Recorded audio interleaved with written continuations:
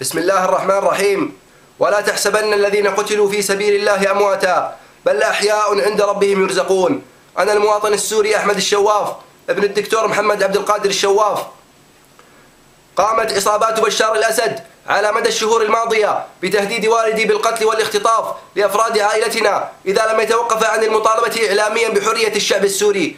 وخلال الأسابيع الماضية اتصل أحد ضباط الجيش السوري الحر بوالدي وأبلغه أن ماهر الأسد قد أصدر أمرا باختطاف زوجة والدي المقيمة في إيطاليا، وهي السيدة نجاة الحبيب مغربية الجنسية، وهي حامل في الشهر السابع. وبالفعل في يوم الخميس الماضي الموافق 1/12/2011 تعرضت للضرب حتى نزفت وأغمي عليها ونقلت للمستشفى ثم تم اختطافها. وقد علمنا اليوم السبت 3/12 أن عصابات ماهر الأسد قد عرضوها للصدمات الكهربائية والولادة المبكرة، وقد كانت حامل بتوأم هم إخوتي، فقتل الأول في بطن أمه من تأثير الصدمة الكهربائية، وقاموا بقتل الآخر فور ولادته. وقد أرسلوا لوالدي بعد ذلك يقولون: نحن قتلنا أطفالك حتى لا يكبروا ويصبحوا إرهابيين مثلك، ويقولون ماهر الأسد هو ربك ورب الشعب السوري، والعياذ بالله. فإذا كانت المطالبة بالحرية إرهاب فماذا تسمون أنفسكم يا قتلة النساء والأطفال يا جبناء؟